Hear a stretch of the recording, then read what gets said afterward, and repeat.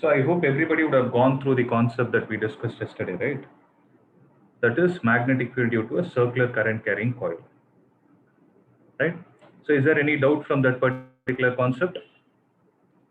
Just to recollect the basic part alone. So to recollect the basic part alone, we can say magnetic field due to a circular coil on its axis is B is equal to mu naught Ni A square divided by 2 into A square plus X square, the whole power 3 by 2, where A is what?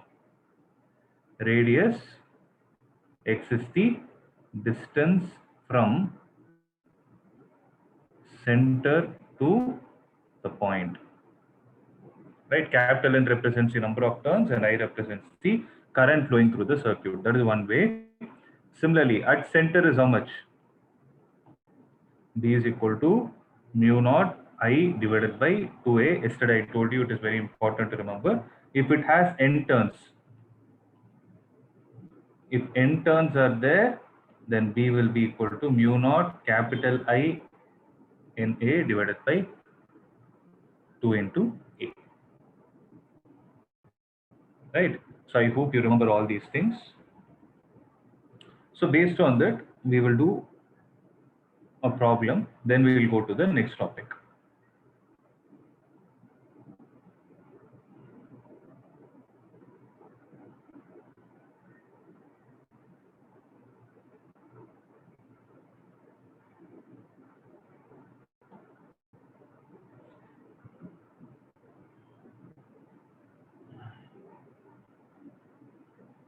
Listen.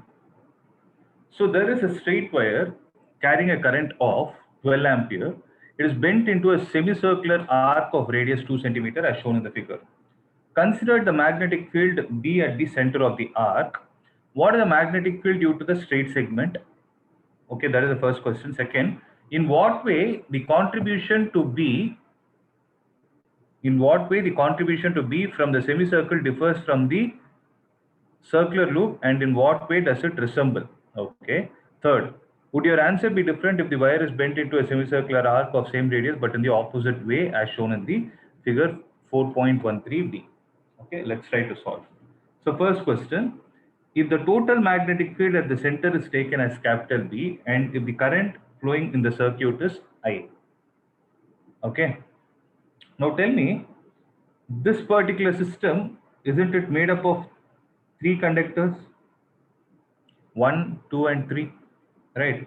So if I call magnetic field due to the first one as B1, what is going to be the value of magnetic field due to the straight current carrying conductor at point P or at the center O?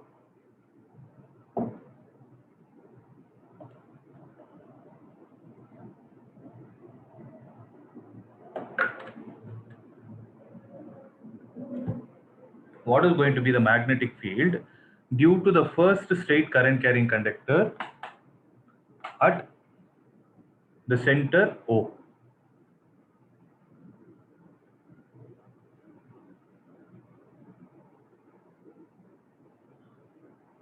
Mu naught I by 2. It will be 0, because if you extend the straight current carrying conductor, it is passing through the point where you're trying to calculate the field. So when any conductor is going to pass through the point where you're trying to calculate the field, magnetic field on the conductor itself is 0. Magnetic field will be present only in the surrounding, not on the conductor itself. So keeping the same point in mind, this will be equal to something else also. What is it? B3, sir. That's right. It will be equal to B3. So second one is the only portion which contributes to the magnetic field at the center. Okay, at point O. So what is the value of B2? It is going to be mu naught, since it is only one turn, mu naught into I divided by 2 into how much? The radius. That is 2 centimeter. Right, but here what will happen is, This is the value due to a complete circle, but here you have a semicircle. So this thing has to be multiplied with half. So mu naught I by 2a is a magnetic field due to a circular coil at its center. Into half will be due to the semicircular portion. Sir, is So O the center of circle, sir? That's the center of the coil, sir. Circular coil. if I complete, it is going to be like a coil only, but only half portion is present. So it will become half of the original value.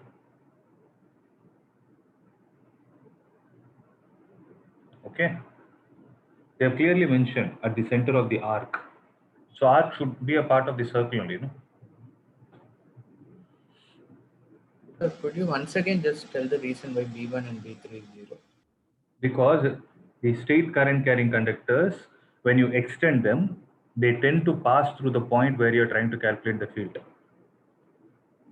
So going forward, remember magnetic field on the conductor itself is 0. Howsoever the conductor is. Okay. Yeah. The reason is very simple. If I take a point P here, if I take this as a current carrying conductor, dl will be like this and r vector will also be like this. So when you do db vector, you have I into dl vector cross r vector as one of the values. So dl vector and r vector are parallel to each other, hence the answer is 0. That is the reason, nothing else. Okay. Okay. So that is the thing. So what is the magnetic field due to the straight segments? Answer is 0. In what way the contribution to B from the semicircle differ from that of a circular arc? In what way does it resemble? Can you tell me?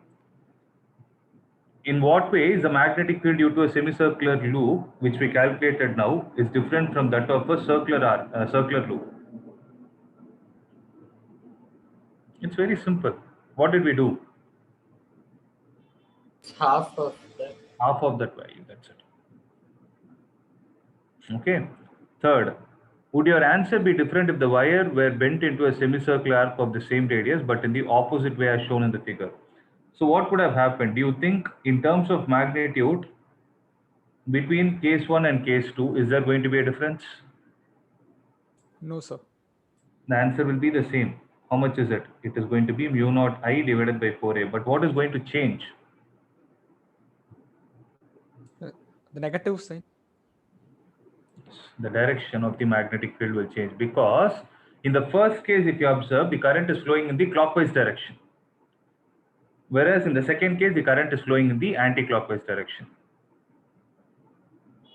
Okay. So whenever the current is flowing in clockwise direction, the magnetic field is always into the plane. Whenever the current is flowing in the anti-clockwise direction, the magnetic field is always out of the plane. You can apply right hand thumb rule and see. So on the top, on the semicircular arc, the current is flowing in this direction. So keep your thumb right hand, and when you curl the fingers of your right hand, the fingers will go into the plane of the paper. Hence it is into the plane. Whereas when you take it at the bottom, the current is in this direction. When you try to take it like this, the magnetic field is out of the plane of the paper. Are you guys able to understand this? It's a very important concept. Yes.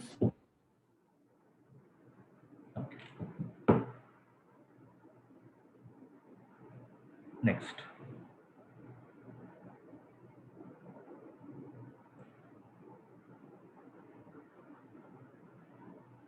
The next one is example 4.7. Consider a tightly wound 100-turn coil of radius 100 centimeter. Oh, sorry, 10 centimeter. So n is equal to 100. Radius is equal to 10 centimeter. Right? Or it is equal to 10 into 10 power minus 2 centimeter. And it carries a current of 1 ampere. What is the magnitude and magnetic field at the center? What is the magnitude of the magnetic field at the center of the coil? So B is equal to mu naught Ni divided by 2 into A. Simple formula, everything take and substitute it. Yesterday I told you how to write mu naught. Mu naught you will write it as 4 pi into 10 power minus 7. N is given 100 into I is given, that is 1. The whole divided by 2 into A is how much? 10 into 10 power minus 2. Calculate the answer. Those many Tesla is the answer. I think everything is a multiple of 10, so you will get a simple answer. You can try that out. So that part I'm leaving it to you. Okay. So I hope it is clear till this step. Yes, sir. Sir, so mu naught is 4 pi into 10 to the power this value, sir. Mu naught by 4 pi is 10 power minus 7. So mu naught will be 4 pi into 10 power minus 7. Okay, sir.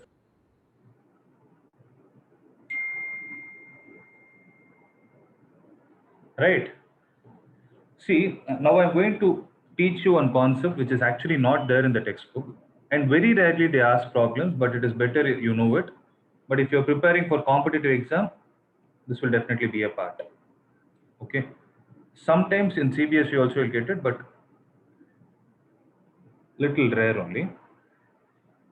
See, if the current is flowing in a circular coil of radius A, okay, if a current is flowing in a circular coil of radius A, then magnetic field at point O, that is the center, is given as mu naught I divided by 2A, and this is a well-known fact. Okay. Now the question is, what will happen if the current is flowing in an arc which is subtending an angle theta at the center, where theta is in radians? Okay, if theta is in radian and the radius of the arc is still going to be A and the current is I. For example, in this problem, what we did is, the previous problem, what we did, we calculated the magnetic field due to the whole circular coil. Then if it is broken into two, we broke it into two equal parts. But not necessarily always a question needs to be that it is broken into two parts. What if it is broken into a sector like this? At that point of time, how are we going to handle it? Okay. So for that, I'm going to take the logic from here. I want everybody to make a note of it and concentrate. Okay. Mu naught I by 2A, right? So what I will do, I will multiply it with 2 pi and divide it with 2 pi. Okay. So this will become mu naught I divided by 4 pi A into, can I call it as 2 pi? They both mean the same.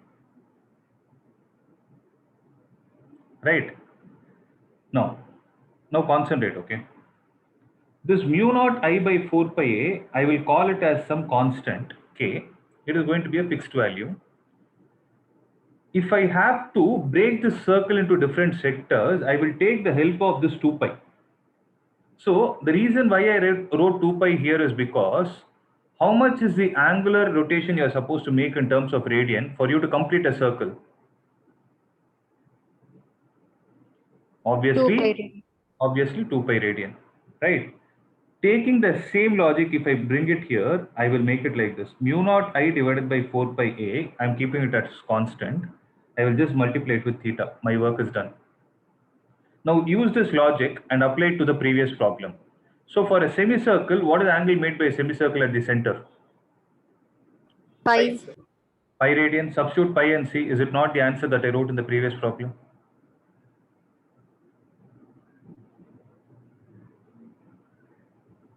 Guys, are you able to understand? So if at all, Yes, sir. if you have 1/4 of a circle, then what are you supposed to substitute theta as? Theta will be equal to pi by 4. So you keep substituting like that and you'll find the answer. Sorry, pi by 2. And then you'll get the answer. Clear?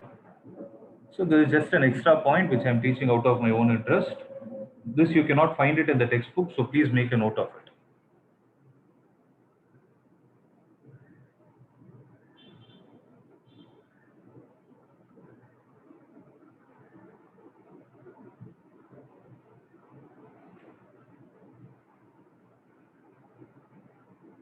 Okay? I hope you're done with this. Shall I proceed, guys? Now comes an important concept. If you look at this chapter, no? So first part, what did we do? Let's try to analyze what we are doing, okay? In the first part, we took the idea from the previous chapter. If there is current flowing through the circuit, it was observed that there is a magnetic field present around it. And we tried to make an extra step and understand how to find the magnetic field due to two systems. One was a linear current carrying conductor, and the other was a circular current carrying conductor. Right. So who generated the magnetic field? It was the current in those particular materials which generated the magnetic field. Now let me put the question like this. What if there is already magnetic field existing and you put a charge into it? That's what is going to be the next topic that we are going to discuss. Means what I'm trying to say is the application of Biot-Savart law is over with this step. Now we are going to the next part of this chapter where we call it as charged particle, or I will call it like this: motion of a charged particle, motion of a charged particle in magnetic field. Okay, that is what is going to happen is you will already have a magnetic field existing.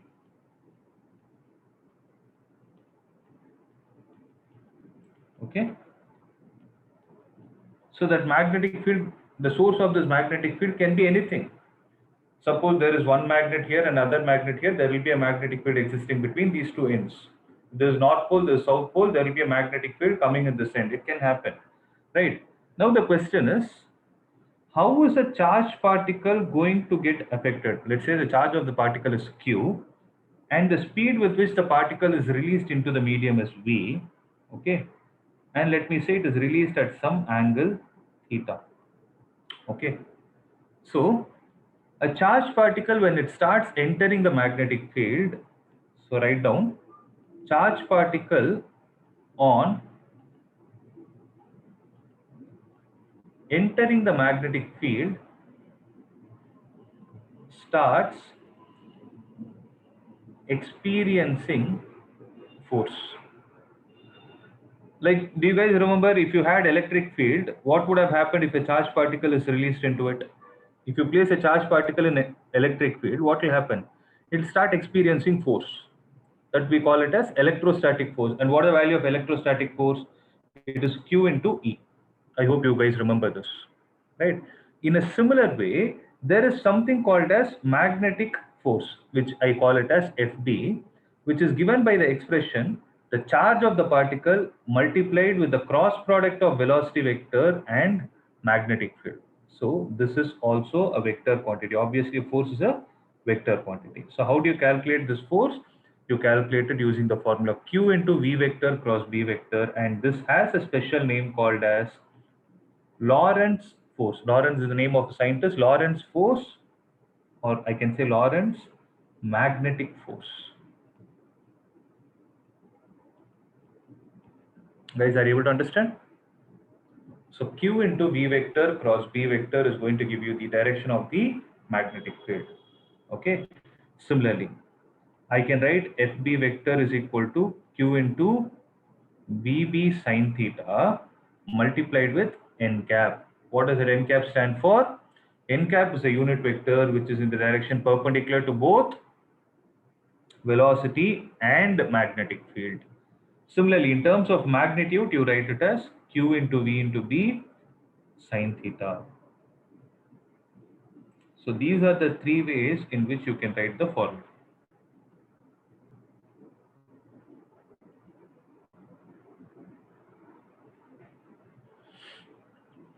Okay, so this is called as the scalar form. That's it. So what is V here, sir?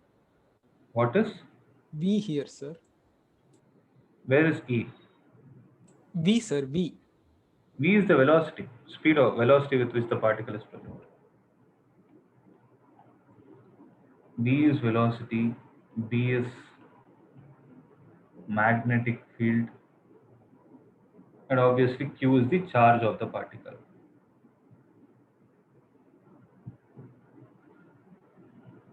This topic comes under magnetic field, right? Yes, yes.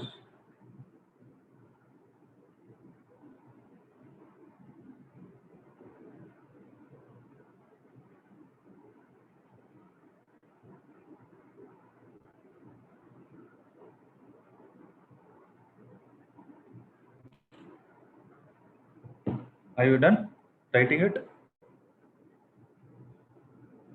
No. Yes, sir. Here an important note to be made is force is always perpendicular to both v vector and b vector. Force is always perpendicular to both v vector and b vector.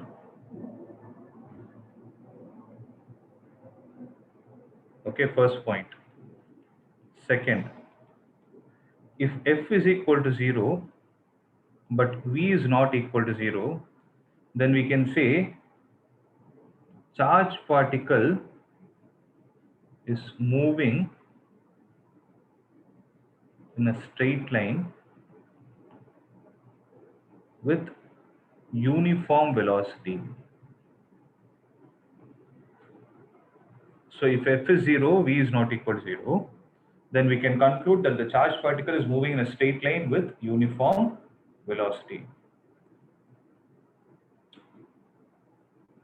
Okay. Third, f is 0 and v is also 0. This implies f is 0 and v is also 0. It implies particle is at rest.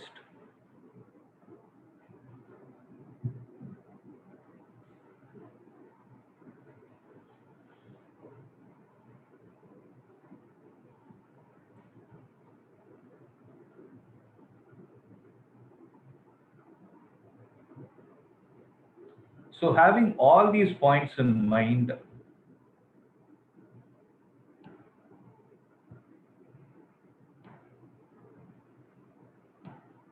one minute.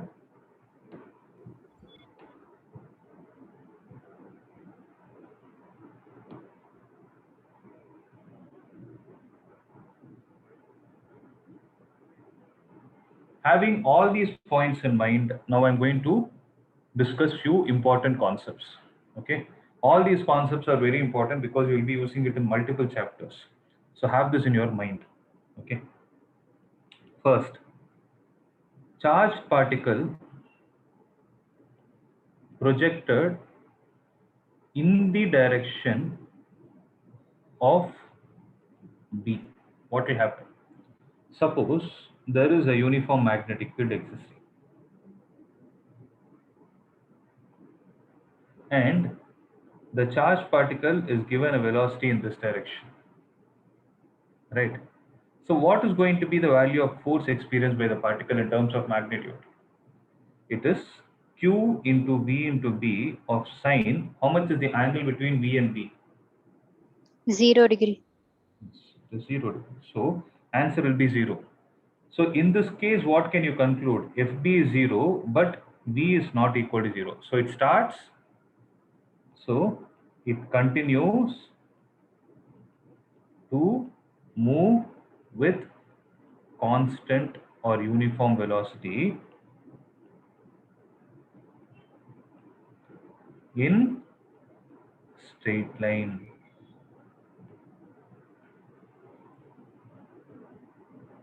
In straight line.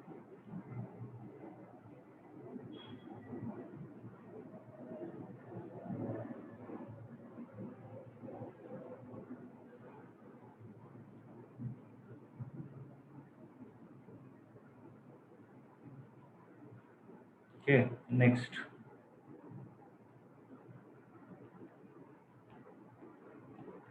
Charged particle projected at 90 degrees with respect to B. At 90 degrees with respect to B. What do you think will happen? So for that, what we will do is, we will take magnetic field into the plane of the paper. Okay.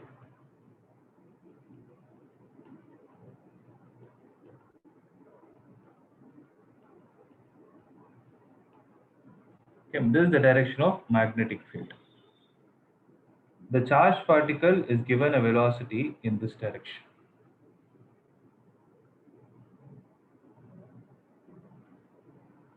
Okay. Now, what is going to be the force experienced by the particle?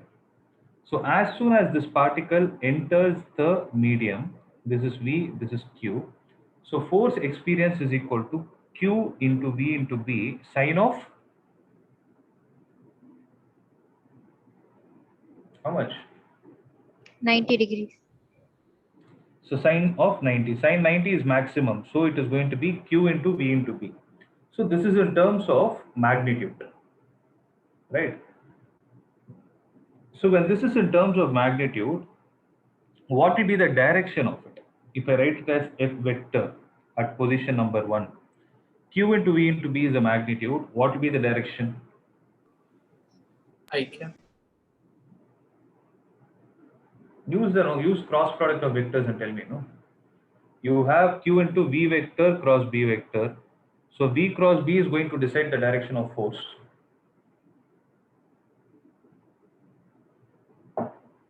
V is in which direction? Positive X. So I can. Cross B is in which direction?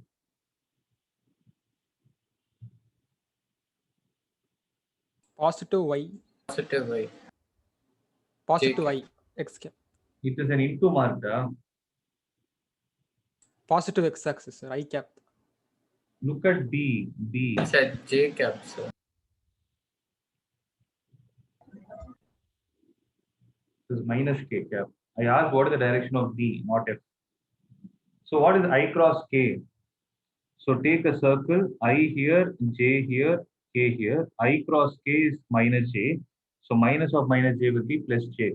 So the force experienced on this particle will be in the positive Y direction.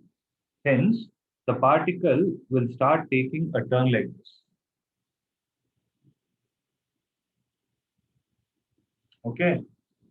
So that is one way of finding. The other way of finding is whenever you do the cross product between two vectors. I hope everybody knows this. If you have A vector cross B vector, you need to curl the fingers of your right hand from the first vector to the second vector in the shortest direction possible. Okay. So A vector cross B vector, when you curl it, A is turning towards B in the anti-clockwise direction. So curl the fingers of your hand in the anti-clockwise direction and extend the thumb. That will give you the direction of resultant. In a similar way, when you do V vector, see, V vector is in this direction, B vector is in this direction. This is V, this is B. So V vector cross B vector will give you the direction of F vector. So in this case, what will happen is, this is the direction of V vector and the magnetic field is into the plane, right? When you curl it, you can see that the thumb is in the upward direction. Guys, are you able to understand? You place your hand like this on top of your book. Place the direction of your fingers in the direction of V vector and curl the fingers towards B vector and extend the thumb of your right hand. That will give you the direction of force. Did you guys understand this? So what will happen is, the velocity of the particle will change in this direction. Because force is in this direction, velocity is in this direction, it will start taking a turn. So when it takes a turn, at this point, what is going to happen? V vector cross B vector. Then force will be perpendicular to both. Okay. So this is the direction of force, this is the direction of velocity. Again, it will take a turn. At this point, if you draw a tangent, that will give you the direction of velocity. At this point, V vector cross B vector, the force is again perpendicular to velocity. So it will take a turn like this. Then the force will be like this. If you keep observing one important point, force and velocity are always perpendicular to each other. Right? We are able to understand that the force and the velocity are always perpendicular to each other. And this situation is possible only when the particle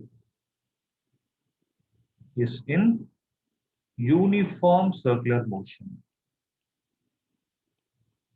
So what I'm trying to say here is, whenever a charged particle is projected perpendicular to the direction of magnetic field, the particle starts revolving in a circular path, and the motion is said to be uniform circular motion, because the velocity of the speed of the particle will not change, only its direction keeps changing.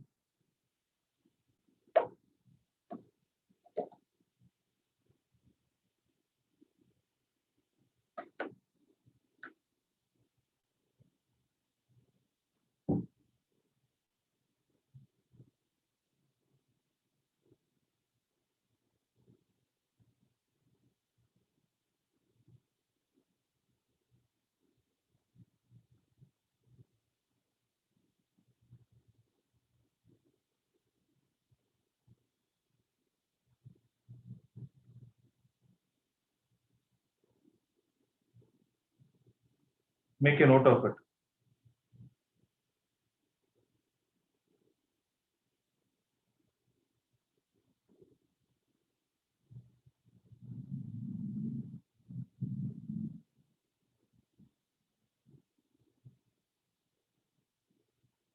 Done? Yes, sir. Now listen. So, magnitude of magnetic force is how much? It is Q into V into B, because sine 90 is 1. Right? For a particle to be in a circular path,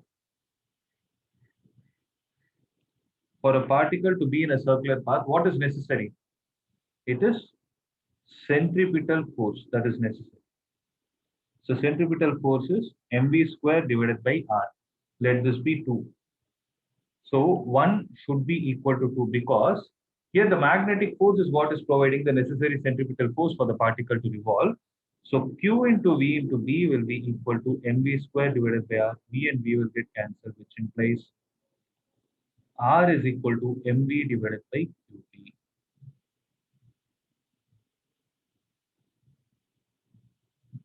So going forward, you need to have in your mind, whenever a particle is projected perpendicular to the magnetic field, the particle starts revolving in a circular path of radius m into v divided by q into b, where m is the mass of the particle, v is the speed, q is the charge, and b is the magnetic field. Okay. Make a note of this point.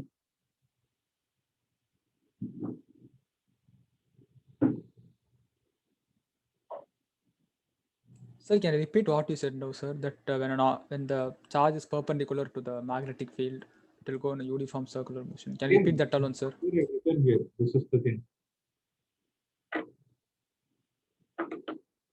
This is the thing I repeated.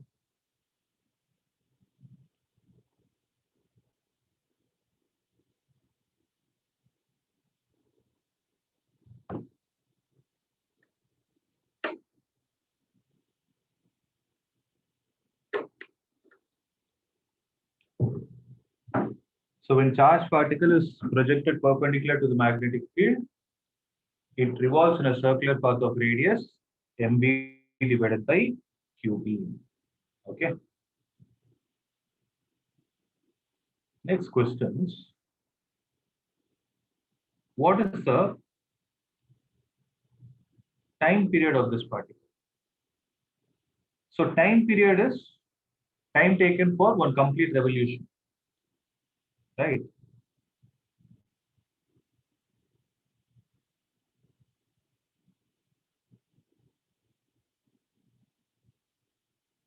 So if I take the radius of this path as r, right? So time is equal to distance by speed, accepted? So what is the distance traveled by the particle in one full revolution?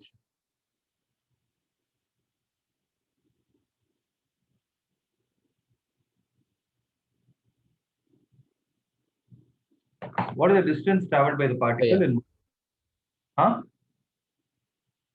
2 pi r. That's right. 2 pi r divided by, what is the speed with which it is evolving? Is it not v? So 2 pi into r, we know that it is mv divided by qb, the whole divided by v. V and v will get cancelled, which implies time period is equal to 2 pi m divided by q into v. So the time period of the particle is equal to 2 pi m divided by qb. Here, an important note we need to make is time period of a particle in revolution is independent of velocity. Means it doesn't depend on the velocity. It is independent of the velocity. So with whatever speed you are going to project the particle into the magnetic field, it will always revolve with the same time period.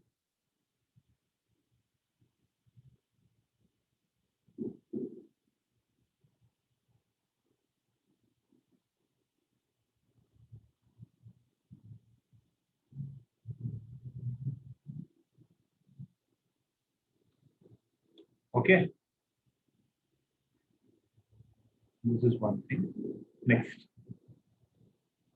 Sorry. Next is frequency. So how is frequency defined as? It is the reciprocal of time period. We know that frequency is equal to 1 by t, but t is 2 pi m divided by qb. So 1 by t will be equal to qb divided by 2 pi m. This frequency is also called as cyclotron frequency, where cyclotron is a device which is used to accelerate charged particles. You will be learning about it later. Maybe in tomorrow's class, we'll be discussing about it. So cyclotron is a device which is used to accelerate charged particles.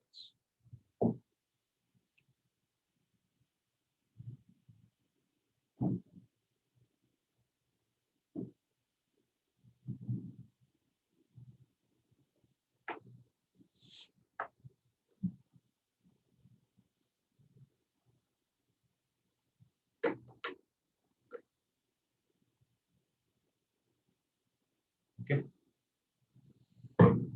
So this is all about a charged particle projected perpendicular to the magnetic field. So what we have seen is when the particle is projected parallel to the magnetic field, it experiences no force. We are clear about it.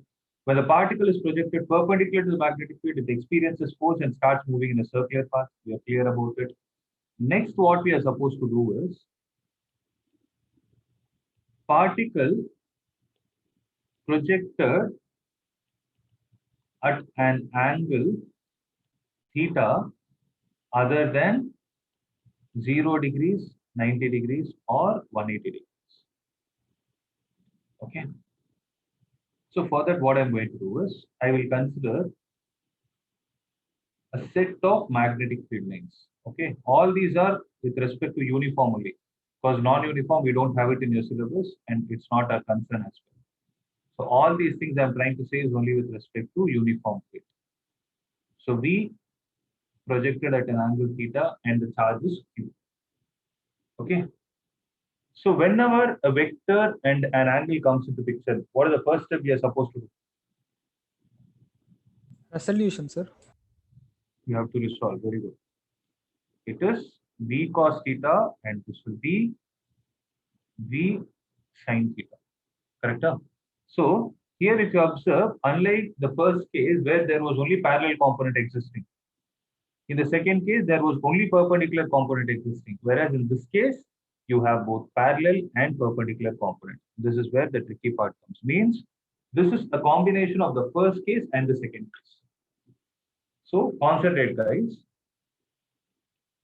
Due to V sin theta, which is V perpendicular, means I'm trying to say it's a perpendicular component.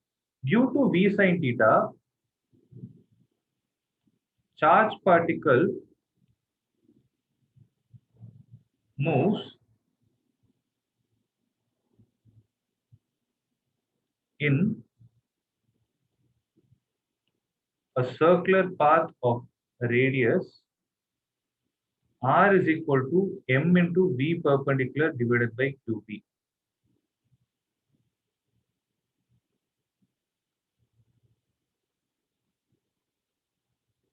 Okay, why I wrote m into v perpendicular is, in the previous case I showed you what is the formula, mv divided by qb. But what was that velocity? That velocity was the perpendicular velocity to magnetic field. Okay, so in this case, what will happen is it will become mv sine theta divided by qb, because v perpendicular is v sine theta. If you want put theta is equal to 90 degrees, you will get the result what you got in the previous case. So radius of the charged particle in this scenario due to v sine theta is going to be mv sine theta divided by q into v. Let me call this as equation number 1. Okay, due to v cos theta, that is v parallel component, due to v cos theta, v parallel component, what will happen? Charged particle moves in, you guys tell me.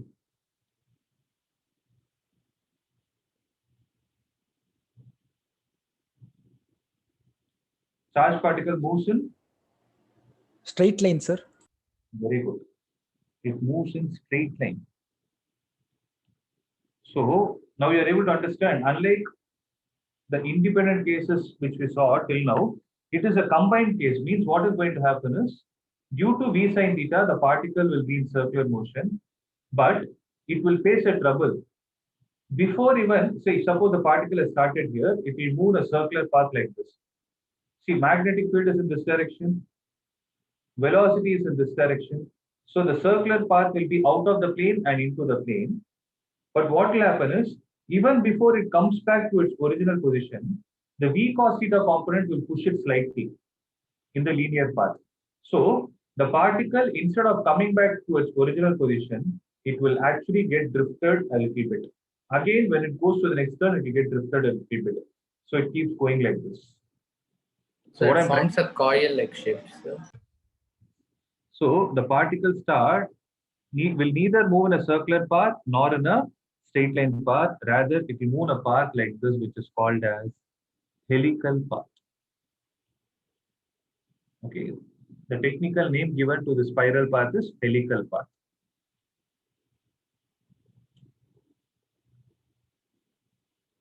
Hence, due to combined circular and translatory motion,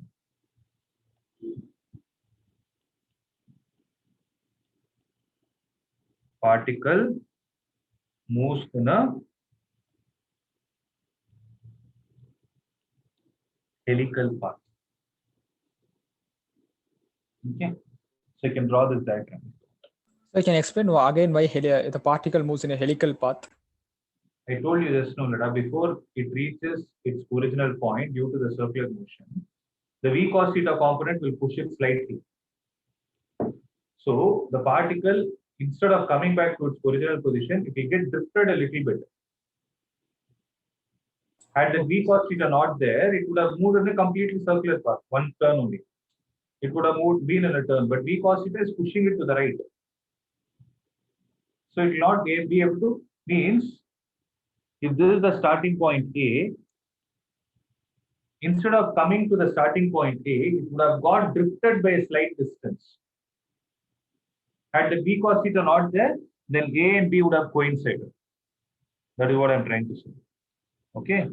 So, Sir, so if b cos theta is not there, then it will be a full circle, sir. yes, obviously, it will be a full circle. That is what the previous concept says. Right. So you are able to see a small amount of drift, right? That horizontal distance the particle has traveled. That drift between two successive spiral paths is what is called as pitch. P-I-T-C-H. Okay. Now I'm going to define what is pitch. Now listen. If I take this as the helical path, this distance is what we call it as pitch. So what is pitch? It is very simple. Horizontal distance traveled by a charged particle in one complete revolution. In one complete revolution. Okay. So this horizontal distance is being traveled by the particle due to v cos theta. So pitch will be equal to, pitch is distance. Distance is equal to speed into time. So which component is responsible for pitch? It is v parallel into how much time does it take? It takes a time of a time period. So v parallel is v cos theta. Time period is 2 pi m divided by qb. So what is going to be the answer? Pitch will be equal to 2 pi mv cos theta, the whole divided by q into b.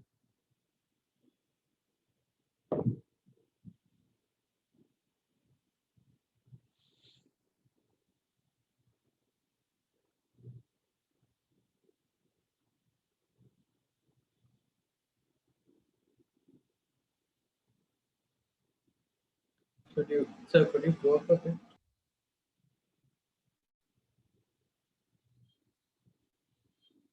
About the diagram, sir, that statement. Yes, sir.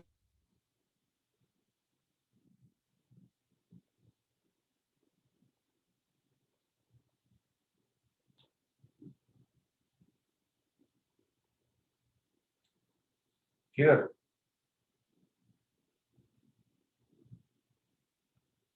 Yes, sir.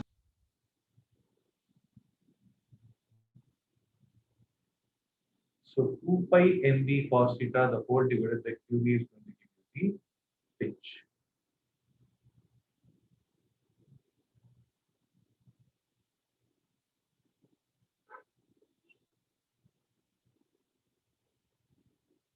Okay.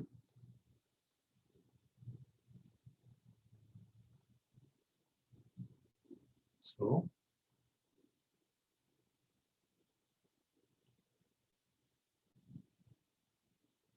this is the spiral path which I told you, the helical motion.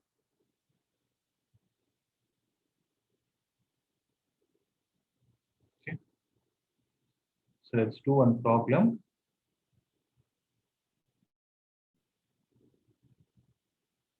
So read this question. What is the radius of the path of an electron? Okay, what is the radius of the path of an electron whose mass is 9 into 10 power minus 31 kilogram and charge is 1.6 into 10 power minus 19 coulomb, moving at a speed of 3 into 10 power 7 meters per second in a magnetic field of 6 into 10 power minus 4 Tesla perpendicular to it. So what are the given data? Mass is how much? 9.1 into 10 power minus 31 kilogram. Charge is 1.67 into 10 power minus 19 coulomb. Okay. Moving at a speed of 3 into 10 power 7 meter per second. In a magnetic field of 6 into 10 power minus 4 Tesla perpendicular to it. What is the frequency? So what is the formula for frequency? F is equal to QB divided by 2 pi into M. Do we have all the values? Q is there, B is there, 2 pi M. Everything is there. You can substitute and find the answer. Okay, we already know this value. Secondly, calculate the energy in kilo electron volt. So when a particle is moving, the only energy the particle is going to possess is going to be kinetic energy. So the energy they are trying to speak about here is half mv square. So mass of the particle is known, v of the particle is known. Just substitute it, and you will get the answer in terms of joule. Okay. So once you get the answer in terms of joule, the conversion is like this. 1 electron volt is equal to 1.6 into 10 power minus 19 joule. You would have seen this concept of electron volt in your chemistry, in the concept of electron absorption and emission. So when an electron jumps from a higher orbit to a lower orbit, energy is released, right, in the form of an electromagnetic radiation, according to Bohr's theory. The energy that is released is minus 13.6 divided by n square. Do you guys remember this? That is in terms of electron volt. So there you would have seen it. It is something similar.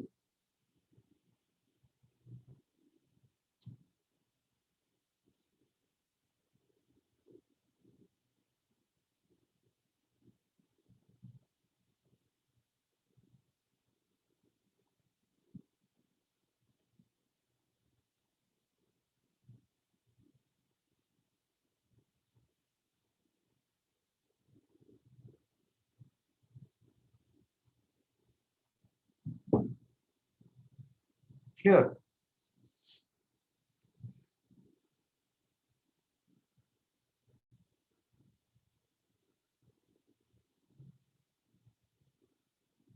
We'll do one more problem, then we can wind up this session. For the next concept, time is not sufficient for me to teach. I'll start tomorrow. So let's do this 4.2. If the magnetic field is parallel to the positive y-axis, look at the way they have taken y-axis guys. According to them, the into mark, that is into the plane, is y-axis. Okay. So magnetic field is in the direction of positive y-axis. So B vector is equal to some B naught times, can I write it as J cap? And the charged particle is moving along the positive x-axis. So velocity of the particle is equal to V naught in the positive x-axis, that is I cap. In which way would the Lorentz force be for an electron and a proton? So FB is equal to Q into V vector cross B vector, right? So Q, leave it as it is. B naught, can I write it as I cap cross J cap? So what is I cross J?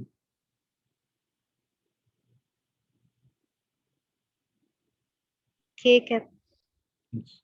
So Q into V naught into B naught in the direction of K cap. So if Q is positive, magnetic field will be in the direction of positive Z axis. So out of electron and proton, obviously proton is positively charged. So for a positively charged particle, the magnetic force is going to be in the direction of positive Z axis. And if the charged particle is negative, then the force will be into the negative Z direction. So that is what they have given here. For an electron, it will be in the direction of negative Z axis. And for a proton, it will be in the direction of positive Z axis. Sir, so that X marks are the charge, sir. Magnetic Charges. Okay, sir. V vector will give you the direction of charge. Charge will not, see that into mark is a vector symbol. Charge is not a vector, it's a scalar. Okay.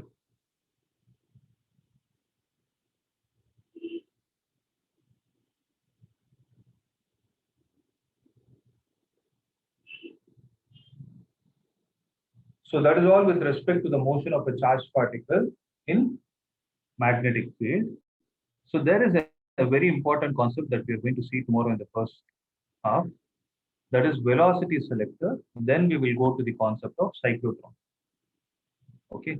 Once this is over, then we will, in your 10th standard, you would have learned what will happen when a current carrying conductor is placed in magnetic field, right? So now we will be seeing the reason for it, what will happen along with the value of the force it is going to experience. All those things we are going to see. Okay, only few more topics, this chapter will also be over. Maximum, I think, 4 more classes. By next week, I will be completing this chapter also. Okay, any other doubt, guys, from today's class?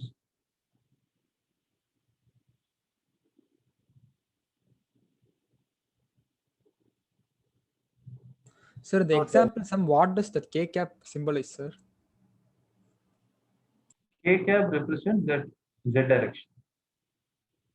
By default, wherever you see K cap, it is Z direction, means the proton will start moving in this direction. Electron will start moving in this direction for this problem, because they look at the way they have taken Z axis. That is the meaning. Okay, sir. Okay. Anything else?